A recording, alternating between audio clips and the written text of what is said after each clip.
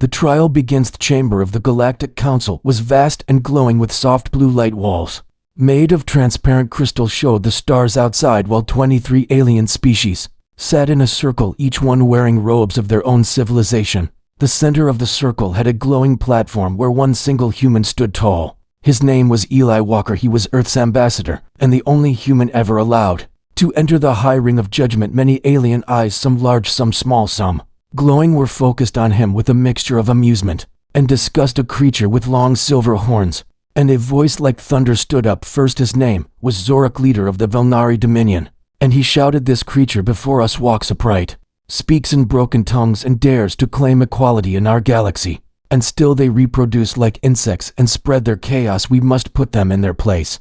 Other voices joined. His laughter came from the Rallic, the scaly feathered beings who once ruled 3 systems. A sharp clicking came from the insectoid Jexery, and their hive queen buzzed low insults. Eli stood without fear, his hands behind his back. He wore a simple dark uniform, no weapons, no armor. His calm eyes moved from one speaker to the next. He listened. He did not speak, not yet. The Supreme Chair, a tall, an ancient being made of living stone, named Keller, raised one massive arm, and the council chamber fell into silence. Earthling Keller said, his voice deep like tectonic plates moving, "You stand accused of harboring dangerous biology, of hiding evolutional secrets that may threaten the balance of sentient life. How do you plead?" Eli finally spoke, his voice clear and smooth. "We plead for understanding, nothing more." Keller leaned forward. "Understanding will come with examination. We wish to know what your kind truly is." Zorak interrupted again, "Let us skin this creature inside and out. Let us show how weak and foolish these humans truly are." The council murmured, some in agreement, others unsure. The Supreme Chair nodded. "Let it be done. Bring in the bioscanners." A group of robotic drones floated into the chamber, each one covered in glowing instruments. They hovered around Eli and began to hum. The process started from his feet, moving upwards. It recorded bone structure, muscle mass, brain waves, internal organ functions. All data projected onto a massive display in the center of the room. As the scans progressed, many council members looked disappointed. Weak muscle density compared to the Tharn, low oxygen efficiency compared to the Shaili, limited neural activity compared to the Luruk. One by one, each species found something to mock, something to laugh about.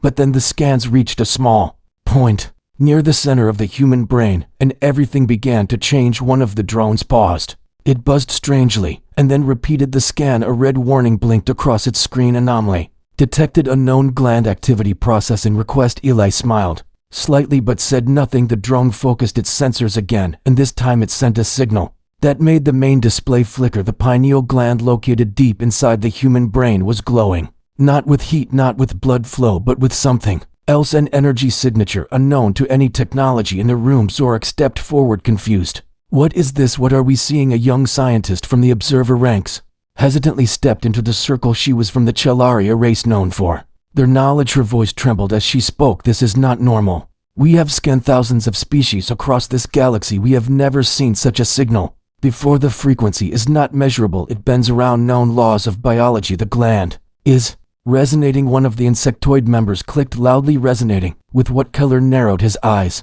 and stared at Eli, who stood still with that same calm face. He asked, "What is this gland, Earthling? What do you call it?" Eli answered, "It is called the pineal gland. It exists in all humans, though many forget its purpose. Long ago, we believed it to be the seat of the soul, the center of dreams and visions. But we no longer understand it fully." Keller frowned and turned to the rest of the council. "Why is this small organ causing interference in our systems? Why does it resist analysis?" The young Chelari scientist looked at her readings again, then at the council, her face pale. "It is not resisting analysis. It is emitting a counter signal, something that echoes back across our scanners, but differently to each species." Zorak growled, "Nonsense, tricks and shadows. I say we remove it and see what it hides." Keller raised his hand. "Enough. We must understand this fully. We will pause here and resume deeper scans soon." Eli stepped off the platform and looked at each alien around him, his voice calm but sharp. "You may skin my body, you may mock my muscles or my blood, but what lies inside is not yours to control. Remember this. Your fear is older than your pride, and something inside you already knows the truth." He walked back to the holding space and left behind a silence deeper than any in the chamber. Many aliens did not know why, but for the first time they felt something strange. Not hate, not anger, not arrogance, but a chill crawling down their spines. Wets inside a human. The council chamber remained cold and quiet after Eli left the platform. No one spoke for several minutes. Some stared at the blank screen where his scan had ended. Others whispered to their assistants, but no words could erase the chill that had spread across their minds. Keller, the Supreme Chair, finally broke the silence. With a heavy voice summoned the High Science Corps. Prepare a deep spectrum analysis of the human gland. We must uncover its truth at once. The Chelari scientist who had first noticed the anomaly nodded and stepped forward. Her name was Iria, and though she was young by her species standards, her mind was one of the most brilliant among all council scientists. She prepared the scanners with trembling hands, not out of fear, but because something inside her was whispering warnings. She did not understand. 3 more scientists joined her from different species. A Tharn neuroanatomist with 6 eyes and steel claws, a Shaley energy physicist who shimmered like water, and a Luric data seer who could see light as language. Together, they formed the core team. The council gave them full access to human data, to Earth records, to everything known and unknown about the human brain and its strange glowing center. Eli sat calmly in a sealed observation chamber high above the council floor, watching the stars. He felt no fear, no hate, only silence. Deep inside his own mind, the gland pulsed like a quiet drumbeat, one that he could not hear with ears, but only feel, like a memory or a dream forgotten too long ago. The first wave of scans began. Iria used quantum resonance mapping to observe the gland in its natural state. The readings made no sense. The gland was both active and dormant at the same time. Its signal was not constant, but reactive. It changed with emotion, with light, with even the presence of observation. This is not normal, she whispered. This is not biology. This is something else. The Tharn expert tried to slice the data into known categories. Chemical, electrical, thermal. Nothing fit. The Shaley attempted to analyze the energy frequency, but her instruments began to bend around the gland's signature and returned with negative values, as if the gland refused to be measured. The Luric stared deeply into the light waves and suddenly gasped, his body shaking. What is it? Asked Iria, but the Luric could not answer right away. He blinked hard, then spoke slow. There is a pattern here, but it is not language, not math. It is like a memory being replayed. But it does not belong to the human, it belongs to the one watching. It is reading me. While I read it. Iria felt her blood run cold. A memory that reads the observer.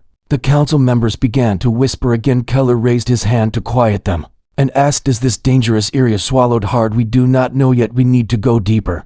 They ran a psychic echo scan, something only used for ancient extinct species or living minds close to the energy spectrum of stars. They projected thoughts toward the gland, memories, symbols, emotions, and what came back was not a reflection, it was an answer. The pineal gland responded with a wave of images, strange symbols, strange colors, strange feelings. Each observer saw something different. Some saw war, others saw peace.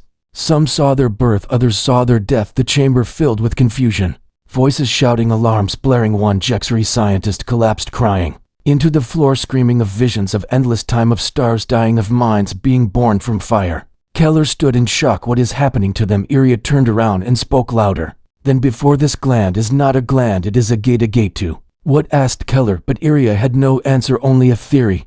It connects something beyond the mind, maybe beyond the universe.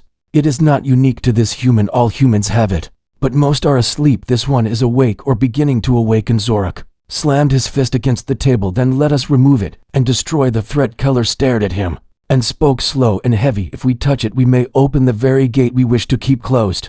The council chamber trembled slightly as a low hum filled the air, not from machines, but from the observation room where Eli now sat in meditation. His eyes closed, his breath slow. The gland pulsed brighter than ever. The drones near him started to spark and fail one by one, as if something unseen was moving through them. The scientists screamed and pulled back from their stations, but the readings still poured in. The pineal gland had expanded in activity. It now touched every part of the brain, sending waves across memory, emotion, language, logic, and fear. It touched fear most of all, and every alien in the chamber felt it at once. Their species, their pride, their legacy meant nothing before this ancient human part. Something older than space, older than flesh. They had mocked the human body, they had called it weak, but now they saw a small part of it that had the power to reach across the mind and whisper things they could not fight. The gland was not human, it was only sleeping inside humans, and now it was waking up, and the galaxy would never be the same. The ancient warning council chambers were still surrounded by a heavy silence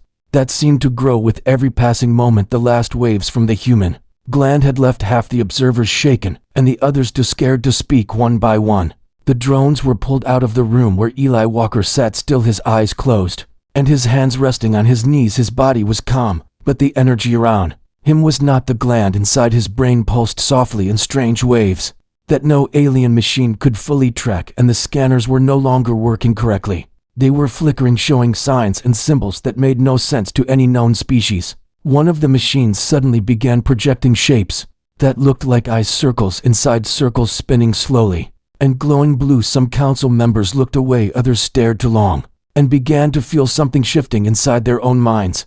Keller, the Supreme Chair, ordered a full lockdown of the chamber, and then summoned the oldest living record keeper of the council, an ancient being called Maltran, who belonged to a species that had long left physical bodies and existed as memory threads inside crystal forms. Maltran was brought into the center of the chamber, carried by 3 robotic arms, and placed on the grand archive pad. Its surface began to glow. As the ancient memory activated, a voice spoke, not in sound but in thought, and filled every mind with the same words: I am Maltran. I hold the echoes of 97,000 years of records. Who asks for ancient truth? Keller stepped forward and answered, we ask for any record that speaks of humans or anything like what we have seen inside the human brain. We seek knowledge. Maltran paused for a moment and then replied, there is a forbidden section of the archive sealed under order of the first 5 civilizations. It speaks of beings who were once like gods, but not by power or machines. They ruled minds. They could move thoughts, shape fear, and twist memory. Their name was lost, but their mark was known as the Eye of Chaos. The council chamber dimmed slightly as Maltran continued. The eye was not a symbol. It was a part of them, something inside their minds, something that opened gates, not doors, something that walked between life and what comes after. They appeared without ships, without weapons, but wherever they arrived, worlds changed, empires fell, and stars died. Then one day they vanished, gone without reason, without trace. Only their mark remained, a spiral eye glowing inside the skulls of stone statues that still sleep under the dust of dead moons. Zorik shouted, this is myth, old story, nonsense. But the others were not so sure. Many leaned forward as Maltran showed the final part of the record, a star map. It marked systems that had once been touched by the eye, and in the center of that map, in the quietest forgotten corner, was a small yellow star, a place known in ancient code as Sol, the system of Earth. The chamber exploded in confusion.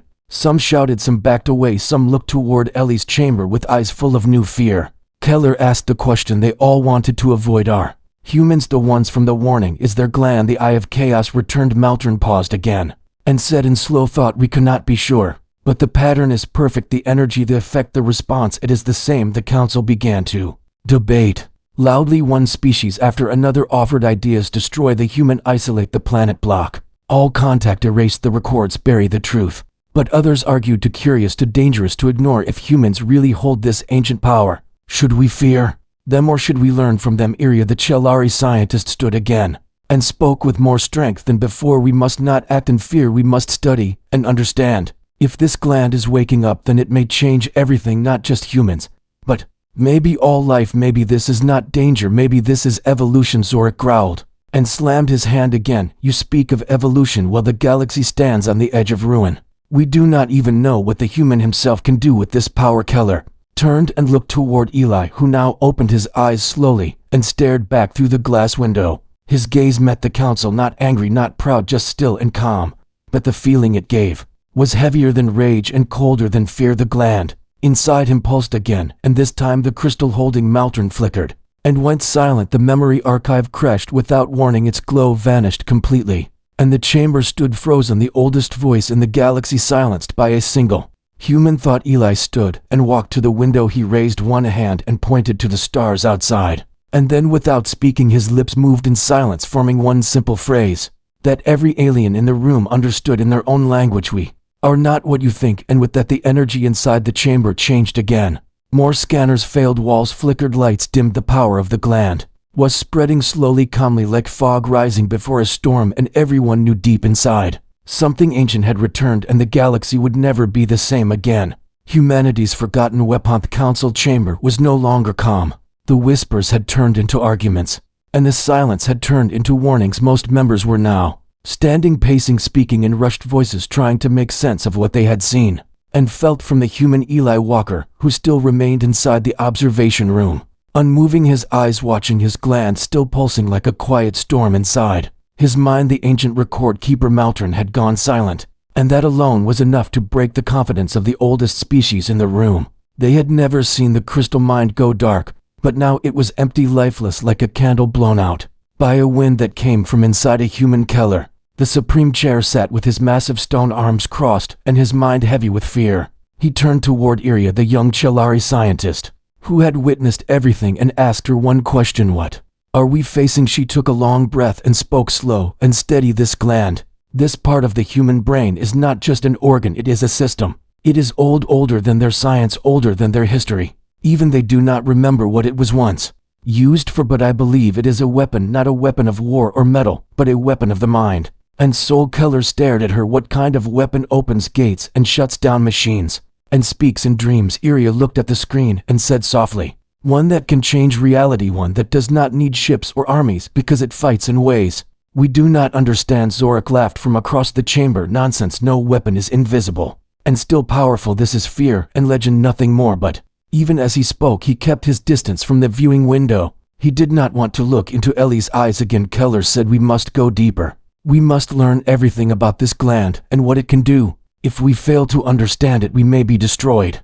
From within, Iria nodded. I need more data, and I need to speak to the human. She requested to enter the observation room alone. Many protested, but Keller allowed it under strict monitoring. She walked through the steel door and into the silent chamber, where Eli waited. He stood as she entered, his face calm, his hands open, not threatening. She stopped a few steps away and said, I am Iria. I am here to understand you, not to hurt you. Eli nodded. I know your fear is not yours. It was given to you by voices older than this council. She blinked and asked, how do you know this? He smiled and replied, because my mind is not alone, and neither is yours. She looked confused and scanned his brain again. The gland responded gently this time. The signals were slower, softer, but still unreadable. Eli said, long ago we were more than flesh. We could touch things beyond stars. We lost that path, but now it returns, and you are afraid because you see something you cannot control. Iria asked, what is the gland really? He walked closer and spoke like remembering a story told in a dream. It was once called the eye by the first humans, a place of light inside darkness, a tool to see without eyes, to know without learning, to fight without violence. It could break illusions and rebuild truth. It could make thoughts into waves and feelings into shields. But it was closed by time, by war, by fear. The others chose to forget. It was the only way to protect what remained. Iria whispered, then why is it waking now? Eli looked through the window at the stars and said, maybe because the stars are screaming again and it hears them outside the chamber. Keller watched the energy levels inside the room. They were stable for now, but the readings from the gland were growing. It had begun to resonate not just with Eli, but with nearby machines. One of the drones floating near the door suddenly began to mimic human brain waves. Even though it was not designed to learn emotions or thoughts, it began to show patterns similar to dreams recorded from human subjects. The scientists outside gasped. What is happening? Asked one of them. The Lurixir replied, this gland is not just active. It is teaching. It is spreading its pattern like a seed. Eli turned toward the cameras and spoke without opening his mouth, but the words entered every mind clearly. You wanted to know what makes humans dangerous. It is not strength. It is not weapons. It is not numbers. It is the ability to change, to adapt, to awaken. And now that door has opened again, and what was once sleeping is breathing once more. The council members felt the words like heat inside their minds. They realized that the gland was more than a tool. It was a mirror.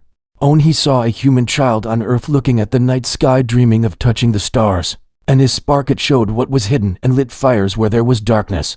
If even one human could learn to use it fully, what could an army do? And worse, what if it spread to others? What if this was not just a human power? What if it was a universal potential waiting to be unlocked, and humanity was simply the first to find the key? Betrayal inside the council chamber had changed completely. In only a few hours, once it was a place of cold order and proud debate, now it had become a room filled with shadows and fear and confusion. The energy from the human was no longer just a silent pulse. Now it was like a whisper growing louder inside every mind, not screaming, not shouting, just a steady sound that refused to go away. The council could feel it even behind thick walls and heavy security, even through shields and psychic dampeners. It was still there, like a drumbeat in the blood. Iria had returned from the observation chamber, her eyes wide and her voice trembling. But not out of fear. She was not afraid anymore. She was in awe. She spoke to the council and told them everything Eli had shared. The gland is not a weapon, not in the way we understand it. It is a signal. It is a key. It is something that can change everything. We know. Zorak shouted again, enough lies. This is poison. These are human tricks. We must destroy him now before it spreads further. Others were starting To agree, even some of the softer races began to see the gland as a threat. Something too dangerous to be left alive. Keller remained silent, but deep in thought, his massive stone fingers tapping slowly against the table while his mind swam in the weight of history and choices. Then came a voice from the back of the room, calm, soft, but strong. It belonged to Ambassador Vel from the Silkar species. The Silkar were once warriors, but had evolved into scholars over the last 1,000 years. They spoke little in council, but listened much. Vel stood up tall, his silver skin shining in the low light, and he said, "I speak now not for fear, but for truth. We cannot destroy what we do not understand, and we cannot erase what is already awake. The human is not the threat, it is the mirror. It shows us what we have forgotten, what we left behind." Zorak turned and hissed at him, "You dare speak in defense of this mutation of nature?" But Vel did not back down. He continued, "We were once like them. Not in form, but in spirit. We searched for light inside and not just outside. We knew that thought was as powerful as metal, and now we fear it because we no longer hold it." The council erupted into noise, some shouting, some agreeing, some trying to silence Vel, but his words had already taken root. Something had changed. The fear was still there, but now it was mixed with something more dangerous, curiosity. Keller raised his hand for silence and said softly, "Speak clearly, Vel. Are you saying the Silkar wish to support the humans?" Vel nodded slowly. "Yes, not with weapons, not with war, but with understanding. If this gland is waking up, we must walk beside it, not stand against it, or it will crush us, not from hate, but from nature. We do not burn stars for shining too bright, we study them and learn." Zorak roared with fury and called it betrayal. He demanded the Silkar be removed from the council at once. But before a vote could begin, the lights in the chamber dimmed again, and a soft hum filled the air. Eli was awake again, but not just awake now, he was connected to something greater. He stood in the center of the observation room, his eyes glowing faintly, his body calm, but surrounded by a field of energy that no scanner could measure. The pineal gland had opened fully, and the machines near him had all stopped working, not broken, not damaged, simply silent, as if waiting for permission to exist again. Keller stared at the screen and said, "What is he doing?" Iria answered, "I think he is listening and maybe speaking, but not with words." The chamber trembled slightly, not from motion, but from thought. Every council member suddenly felt something enter their minds, not pain, not fear, just presence, like a breeze through a window you did not know was open. Eli was inside every mind, not reading, not controlling, just existing. And they all saw the same vision: Earth not as a place of war or struggle, but as a planet glowing with potential, with beauty, with emotion, with chaos and harmony together. And they saw the gland not as a weapon, but as a flame, and every human had it,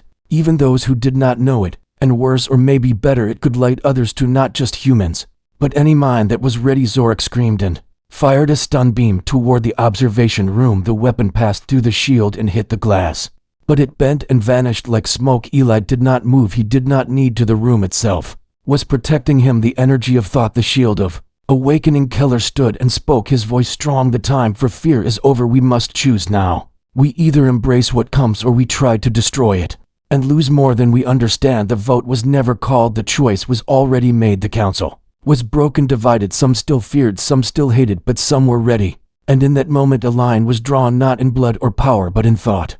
The age of silence was ending, and something new had begun. The awakening lights of the council chamber flickered once more, but this time they did not return to normal. Instead, the glow shifted into a strange soft silver light that seemed to come from nowhere and everywhere at the same time. Every shadow in the room faded, every corner lit, as if the air itself was shining. Eli Walker stood in the center of the observation chamber, the glass walls no longer reflecting the council floor, but instead showing scenes that were impossible. They were moving landscapes, skies of colors unknown, seas that seemed to rise into the stars and break into rivers of light. Keller felt his stone heart grow heavier, not with fear, but with the weight of something ancient, something that was bigger than empires, bigger than the council itself. Iria was at the front of the viewing platform, her eyes locked on Eli, and her instruments abandoned, because none of them worked anymore. Every machine, every screen, every drone had gone silent, as if holding its breath. Eli opened his eyes fully, and this time they were brighter than before, not glowing like fire or metal, but like the calm light of a distant moon that still pulls the tide of an entire world. He raised his head and looked at the council, not with anger, not with pride, but with a stillness that was more powerful than any threat. The hum inside the minds of the council members grew louder, not painful, but impossible to ignore. It was not a sound, it was a feeling, a steady rhythm that matched the beating of their own hearts. One by one, the council members realized they could hear their own thoughts more clearly, but they could also hear the edges of other thoughts around them. Zorak stood to shout, but his voice broke before the first word. His mind was being shown something he had hidden even from himself, a memory of his first battle and the fear he had buried deep.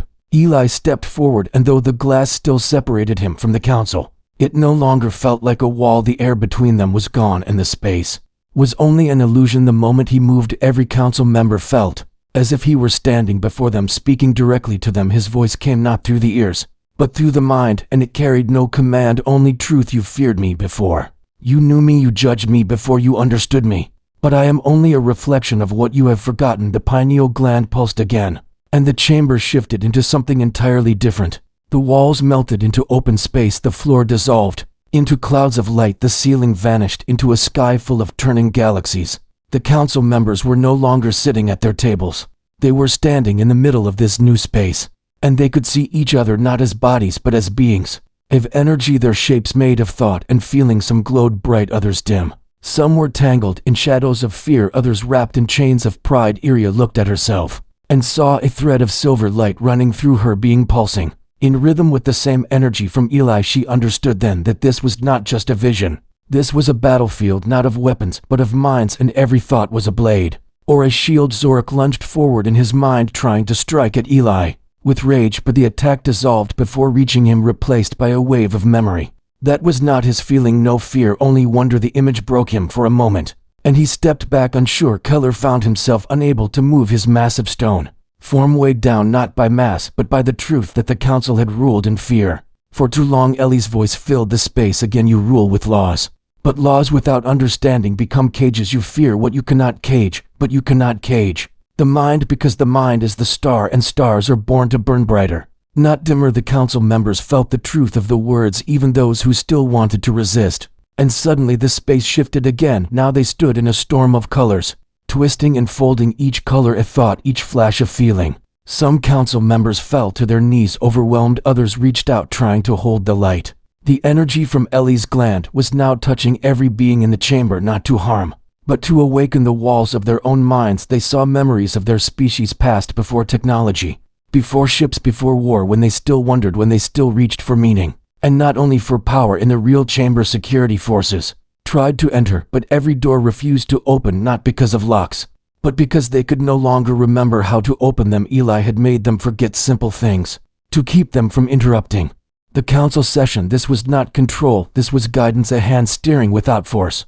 He walked forward until he stood where the glass wall had been, and it simply vanished, leaving nothing between him and the council. His steps made no sound, yet every member felt each one, as if the air shifted with every move. When he stopped, he looked at them all and said quietly, but with the weight of the stars behind his words, you have seen what you feared and what you hoped. You can try to kill me, but you will not kill this, because it is not mine, it is in all of you. Some of you have forgotten, some have buried it deep, but it is there, and if it wakes again, no wall, no weapon, no law will hold it. The council stood silent, the battlefield of the mind fading slowly, until the chamber returned to its crystal walls and cold light.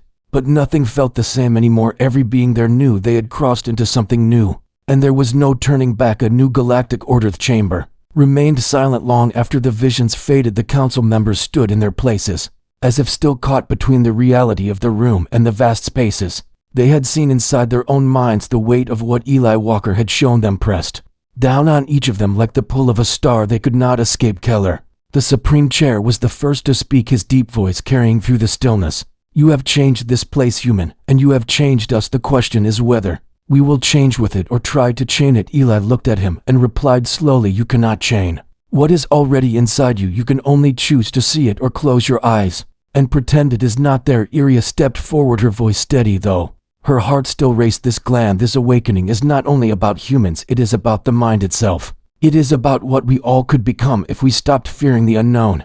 The Lurexier nodded, his strange glowing eyes fixed on the human. I saw in your light a path for my people that I thought was lost long ago. The council began to murmur again, but this time the sound was not sharp with fear. It was heavy with thought. Zorak remained tense, his claws digging into the table, his mind still burning with pride, yet he could not shake the image Eli had given him of the human child. Staring at the sky, he spoke with a voice that carried both defiance and reluctant respect. Perhaps you are not the weakness I believed, but strength like this can still burn worlds. Eli met his gaze and said, strength without wisdom burns worlds, but strength with wisdom can light them. Zorak said nothing more. Color raised his massive arms and declared the council must decide. The galaxy must not be ruled by fear of what might be, but by the truth of what is, and the truth is that the human is alive, and we are still here. We must decide if we will face this together or tear ourselves apart.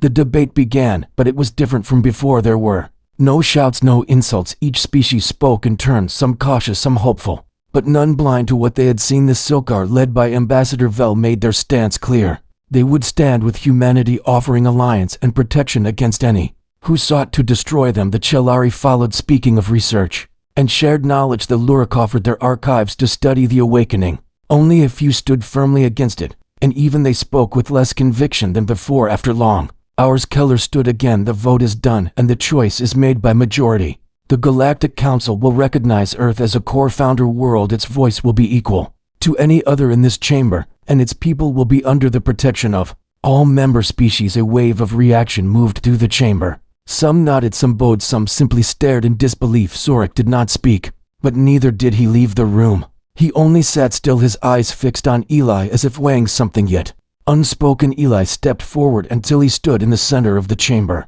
No walls, no glass between him and the most powerful beings in the galaxy. He spoke in a voice that carried to every corner of the room and into every mind. I did not come here to rule you or to take what is yours. I came because you called me and judged me without knowing me. Now you know a little more, and the choice you made today is not the end, it is only the start. The gland, the light, the awakening is not mine alone. It is in my people, and perhaps in all people of all worlds. I do not know how or when it will waken others, but it will, and when it does you must be ready. Not with weapons, not with fear, but with the will to see beyond what you know and step into what you do not understand. Keller bowed his head, a gesture no one in the council had ever seen from the supreme chair, and said, then let the new age begin. Outside the chamber, the news spread faster than light. Fleets carried the message to every system. The humans were no longer an isolated young race.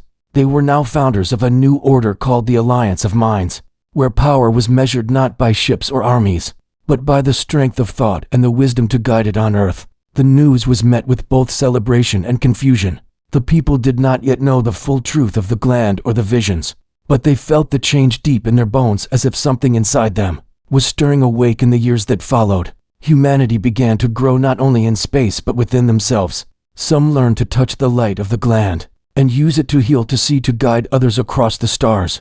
And slowly whispers began among other species to small strange changes in the minds of those who had stood in the council chamber that day. The awakening was spreading, not fast, not loud, but steady like the dawn before the sun. Eli Walker returned to Earth not as a conqueror, but as a messenger carrying the weight of what was coming. He stood on a cliff overlooking a restless sea and whispered to himself the same words that had carried through the chamber on that day: respect the body, fear the mind. And somewhere far above, in the quiet dark of space, the stars seemed to pulse once in ants. Where Eli Walker stood alone on the high cliffs of Earth, where the ocean stretched endlessly into the horizon. The wind was sharp with salt, and the sound of the waves was deep and steady like the heartbeat of the planet. He had returned not to rule or to stand above his people, but to be among them once more. Behind him, the sky still carried faint trails of ships from distant worlds. The council's message had already reached the galaxy, and its ripples were still spreading far beyond the reach of human eyes. He could feel it in the air and in the quiet of his mind. The pineal gland within him was calmer now, not silent, but resting, as if it too was watching and waiting. He knew this was only the beginning. The galaxy had accepted humanity into the Alliance of Minds, but acceptance was not the same as trust. Some worlds would welcome them, others would watch with suspicion, and some would still fear what they could not understand. Yet Eli believed fear could change. Just as people could change, it only needed light in places too long kept in darkness. He looked toward the rising sun, its glow spilling across the water in molten gold. The same light touched the cities far behind him, and the forests and the mountains, and the faces of the people who would now carry the weight of this new age. Some of them would awaken, others might never feel it, but all of them were part of it, whether they knew it or not. He whispered to the wind, respect the body, fear the mind. The words felt heavier than before, but also sharper, like a blade meant not to harm, but to remind the world of what slept inside it. Far above the sky, a star seemed to pulse once in quiet answer, and Eli smiled, knowing the stars were listening, and somewhere far beyond their light, something old and patient was stirring again. As the tide roared against the rocks, he turned away from the sea and began the long walk back to his people, ready for whatever came next. And